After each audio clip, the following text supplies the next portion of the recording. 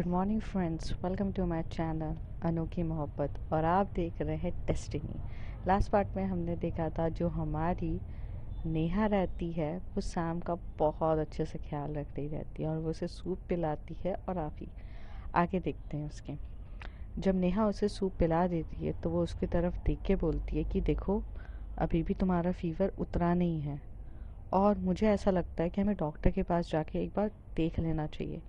तभी सैम बोलती है, नहीं मुझे ज़रूरत नहीं है, मैं ठीक हो जाऊंगी, तुम आ गई हो ना केयर करने के लिए। तो कहती है, हमेशा के लिए नहीं आई हूँ, वहाँ पे मेरी फैमिली भी मेरा वेट कर रही है।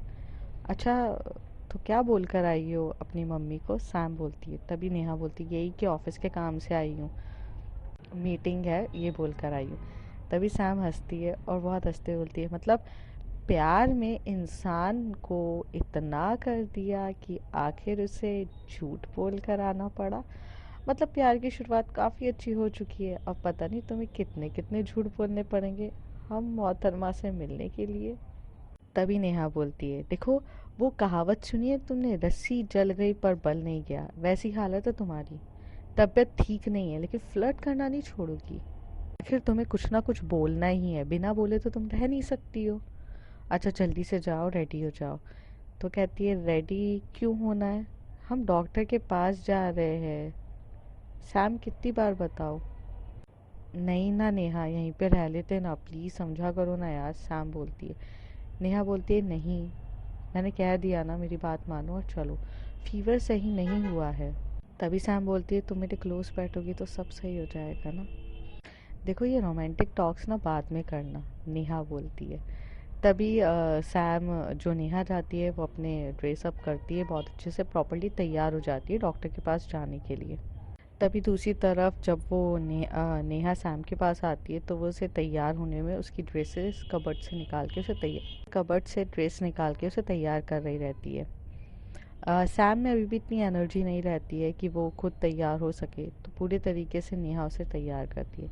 जब जब नेहा उसे तैयार कर रही रहती है तो वो उसके इनर क्लॉथ्स भी उसे पहनाती है, और जब वो इनर क्लॉथ उसे पहना के उसे टाई कर रही रहती है बैक से, तब हमारी सैम को तो बहुत बहुत अच्छी फीलिंग आ रही रहती है और उसका तो मन ही नहीं था डॉक्टर के पास जाना। लेकिन अगर डॉक्टर के पास जाने से के बहाने अगर नेहा उसे इतने क्लोजी टची मोमेंट दे तो उसे उसे डॉक्टर के पास जाना भी मंजूर था फिर तो।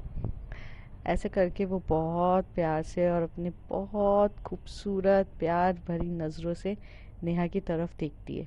नेहा पहले तो शॉक्ड होती है कि अरे इसको क्या हो गया, फिर उसे याद आता है कि हाँ मैं इसे कपड़े पहना रही थी। तभी इसने कुछ नॉटी नॉटी सोचा ही होगा, क्या कर सकते हैं। तभी नेहा नेहा वो जो मेडिसिन जितनी भी रहती है उसे एक पॉलिथीन बैग में पैक कर रही रहती है, और वो तभी देखती है कि वहाँ पे डॉक्टर का नंबर लिखा रहता है और उसे हॉस्पिटल में वो कॉल करती है, पूछती है डॉक्टर अवेलेबल है कि नहीं। तब वहाँ से उसकी असिस्टेंट कहती है कि डॉक्टर अवेलेबल है, आप आ सकते हैं। और वो कहती है ओके, मेरा अपॉइंटमेंट बुक कर दीजिए समीरा शर्मा के नाम का। और वो बुक हो चुका रहता है। फिर ये लोग थोड़ी देर में कैब बुक करते हैं और कैब से चले जाते हैं। सैम बहुत ज़्यादा नर्वस हो रही रहती है क्योंकि उसे बिल्कुल भी पसंद नहीं है मीन्स डॉक्टर के यहाँ विज़िट करना, और वो इंजेक्शन इन सब से काफ़ी ज़्यादा डरती थी। तो उसको अब बिल्कुल भी बस नहीं था कि यार क्या हो रहा है, कैसे हो रहा है, मुझे नहीं जाना है। तो वो नेहा को बहुत टाइटली टाई करके बैठी रहती है। नेहा काफ़ी मैच्योर रहती है तो वो समझ जाती है कि इसे कुछ ना कुछ तो डिस्टर्ब कर रहा है। तभी वो उसकी तरफ देखती है, काफ़ी अच्छे से पूछती है, तुम्हें डर लगता है ना डॉक्टर के पास जाने से? क्यों, इंजेक्शन से डर लगता है क्या? नेहा ने तो ये सिर्फ ऐसे गेस किया था कि शायद हो सकता है उसे इंजेक्शन से डर लगता हो, बट ये बात सच थी। तो सैम एकदम से कहती है, तुम्हें कैसे पता? तो कहती है, मैंने तो सिर्फ गेस किया था, मुझे क्या पता।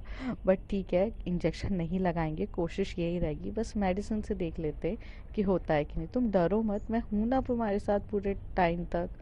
इतना डरोगी, मुझ पे ट्रस्ट नहीं है? तो कहती है, तुमसे तो सबसे ज़्यादा ट्रस्ट है।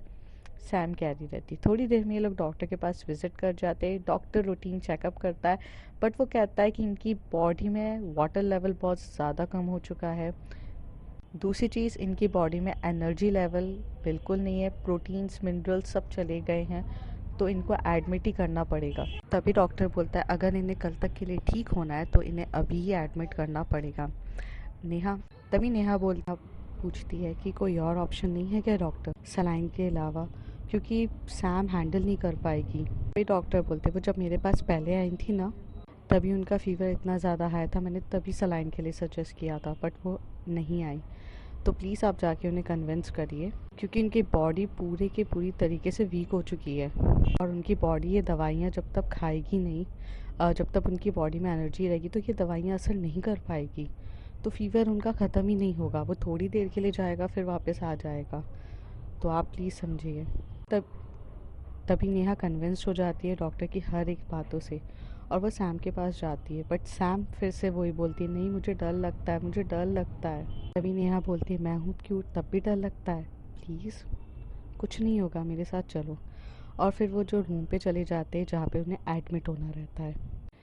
जब उसको जैसी डॉक्टर वो सलाइन लगाने ही आता है वो इतनी डर जाती है कि वो अपना हाथ खींच लेती है और पीछे हो जाती है। तभी जो नेहा रहती है उसे अपनी तरफ दिखाती है, उसका फेस अपनी तरफ करती है और बहुत प्यार से देखी रहती है और नर्स को इंस्ट्रक्शन दे देती है कि लगा दो। लेकिन नेहा को उस समय इतने प्यार से देखकर सैम भूल जाती है कि उसे सलाइन लग रही रहती है और वो नेहा की आंखों में खो जाती है। आखिर नेहा इतने प्यार से जो देख रही थी, उस समय अगर कोई और भी होता तो वो भी खो जाता। सलाइन पूरे तरीके से लग जाती है तो सैम रहती है, वो अपनी सलाइन लगाकर आराम से बैठी हुई रहती है। तभी सैम का फ़ोन बजता है और वो सैम के फ़ोन को पिकअप करती है नेहा।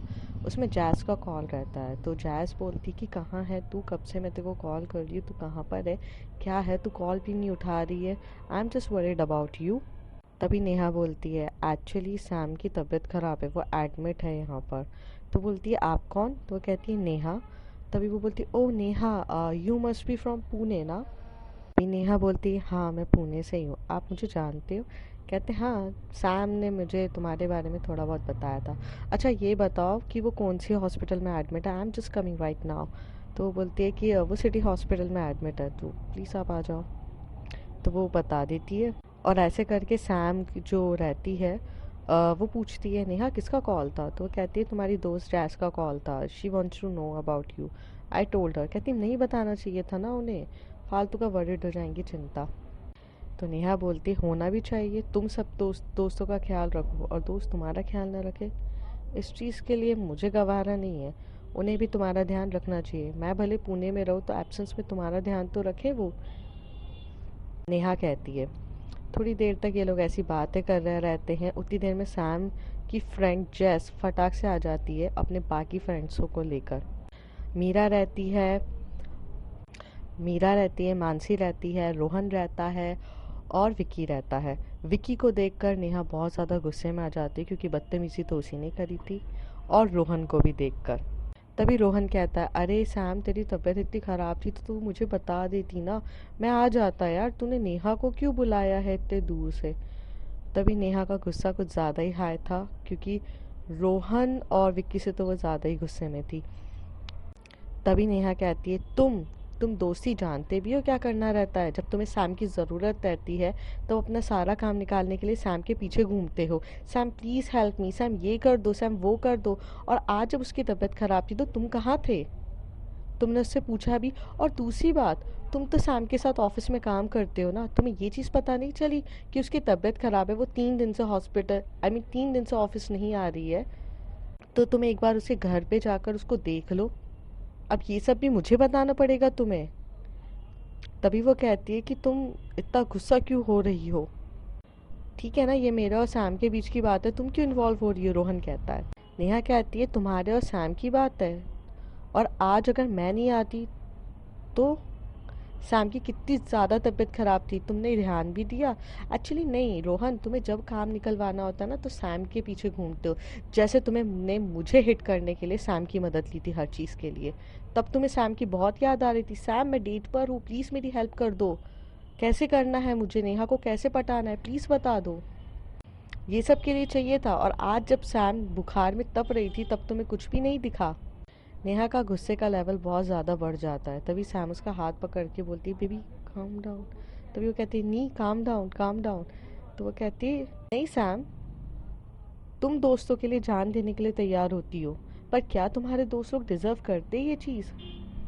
दोस्ती दो तरफा होती है सैम, ये बात तुम जान लो। और ये बोल के नेहा बहुत ज़्यादा गुस्से में हो रही रहती है। तभी सैम जैस की तरफ इशारा करती है और जैसे कि वो ये कह रही है कि प्लीज़ हैंडल द सिचुएशन, और जैस काफ़ी समझदार रहती है और वो एकदम से रोहन और विक्की को लेके बाहर चली जाती है और सबको बाहर लेके जाती है और वहाँ समझाती है यार उसकी तबीयत ख़राब थी, ऑफ कोर्स ये सब वजह से वो थोड़ा पैनिक हो गई है, हम लोग यहाँ थे नहीं और इस वजह से हमने ध्यान नहीं दिया।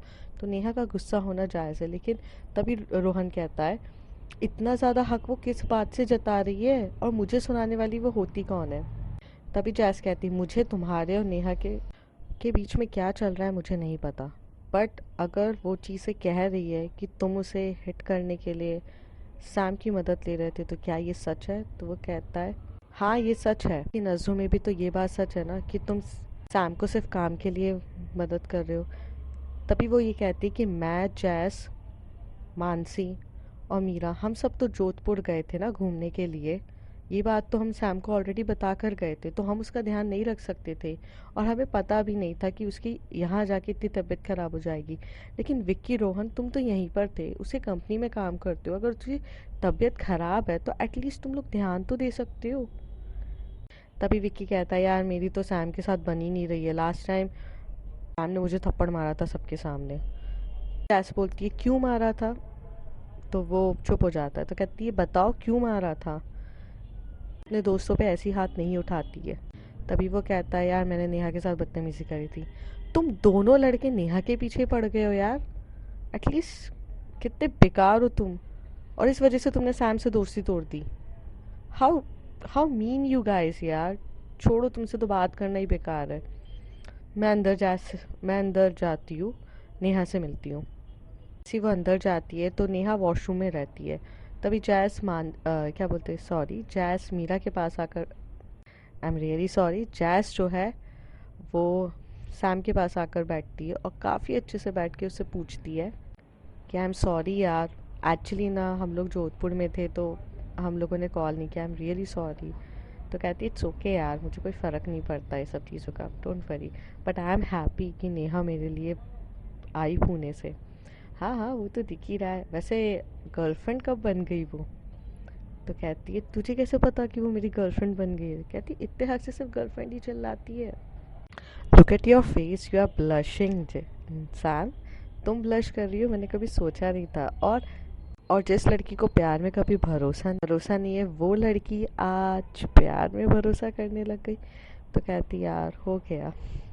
तभी नेहा वॉशरूम से वापस आती है और वो जैस की तरफ देखती है तो कहती है आई एम सॉरी, मैं थोड़ी सी ज़्यादा रूड हो गई थी। तो कहती नहीं नहीं, ऑफ कोर्स बनता है, गर्लफ्रेंड का तो हक ही होता है रूड होना। तभी नेहा है जो वो सैम की तरफ घूर के देखने लगती है और सैम कहती मैंने कुछ नहीं बताया, वो खुद ही समझ गई। तो जैस बोलती डोंट वरी, मुझे स्टार्टिंग से पता था ये तुम्हें लाइक करती है। फिर नेहा पूछती है आपको कैसे पता था? कहती है तुम्हारे पुणे जाने के बाद ये जो बीच में 1 वीक ना इसने मुझे तुम्हारे बारे में बता बता के बहुत पकाया है। टफर है ये, इसको उसकी फीलिंग्स के बारे में समझ में नहीं आता, बट आई एम ग्लैड कि तुमने इसे समझा दिया। और ऐसे कह के जैज़ बहुत ज़्यादा हैप्पी हो रही रहती है दोनों के लिए। फिर कहती है अच्छा मैं चलती हूँ, बट नेहा नेक्स्ट टाइम मैं ध्यान रखूँगी तुम्हारी गर्लफ्रेंड का, don't worry for that, and मुझे बुरा नहीं लगा बट मैं हैंडल कर लूँगी बाकी लोगों को। तो कहती है ठीक है, और ऐसे करके हमारी जैस चली जाती है। उसी तरह सैम और नेहा बचते हैं रूम में और सलाइन लगी रहती है सैम को। तभी तभी सैम बोलती है यार मुझे मुझे अच्छा फील नहीं हो रहा है।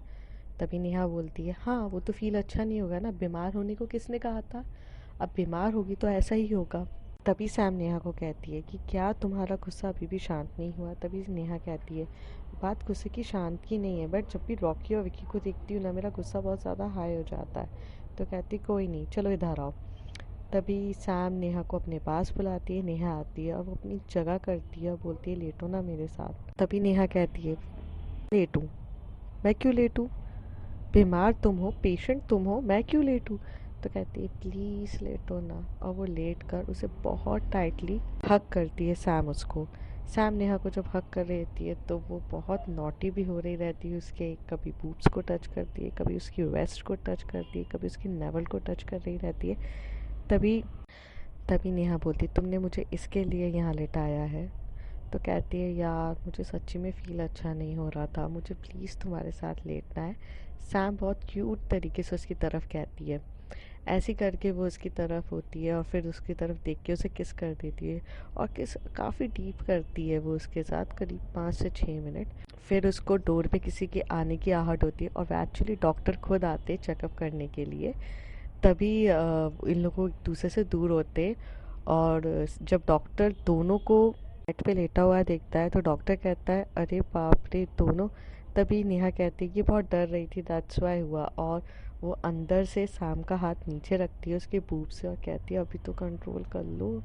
भी चुप मुँह से अपना हाथ नीचे कर लेती है और काफ़ी अच्छे से नेहा को देखती है और कहती है, डॉक्टर मैंने आपको पहले से ही मना किया था, मुझे सलाइन मत लगाओ। तो डॉक्टर कहता है कि हाँ मैं क्या करता, बट तुम्हारी तबीयत ठीक होने में भी टाइम लग जाता। और फिर नेहा कितनी क्यूट है यार, वो तुम्हारी कितनी अच्छी से केयर कर रही है, तो बनता है यार। डॉक्टर भी काफ़ी यंग था, ऐसा नहीं था कि वो बूढ़ा था तो वो यंग था, तो वो ये सब चीज़ों को बहुत अच्छे से समझ रहा था। और वो वहाँ से चला जाता है। और सैम नेहा की तरफ देखती है और नेहा उसकी तरफ देख के बोलती है, अब मैं उठ के जा रही हूँ। तो कहती है, छोड़ो ना, वो थोड़ी ना अंकल है, डॉक्टर है यार, अंडरस्टैंडेबल है, समझ गया ना, जाने दो तुम आ जाओ।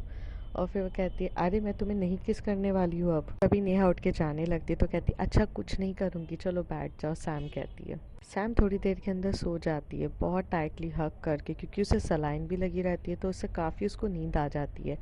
नेहा बहुत अच्छे से उसको देख रही रहती है, उसके बालों को सहला रही रहती है अपने दूसरे हाथ से, और उसका दूसरे हाथ को अपने हाथ में पकड़ी रहती है। तभी नेहा का फ़ोन बजता है और वो वीडियो कॉल रहता है उसकी बहन इशिका का।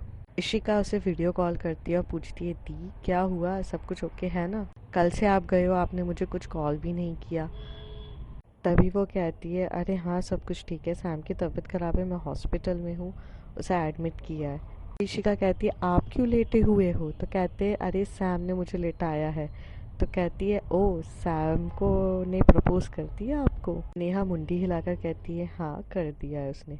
और वह ऐसे करके करी रहती है। तभी वो थोड़ा उठने ही वाली रहती है तो वो देखती है कि उसका हाथ वो उठ के मतलब इशिका से अच्छे से बात करना चाहती, तभी वो जब ब्लैंकेट हटाती है तो इशिका देख लेती है कि उसका जो भी मतलब सैम का जो भी हाथ है वो अ, नेहा के बूट्स पे रखा है, और वो ये देख के बहुत क्यूट फील कर रही रहती है। एक्चुअली मैं आगे और रिकॉर्ड करना चाहती थी बट थोड़ा साउंड ज़्यादा हो रहा है। अब देखते हैं नेक्स्ट पार्ट में क्या होता है, इशिका का वीडियो कॉल पे किस तरीके से बात होती है हमारी नेहा से। देखते हैं उसके आगे, तब तक के लिए bye bye, take care. If you like my story, like share and subscribe, and please subscribe यार, थैंक यू।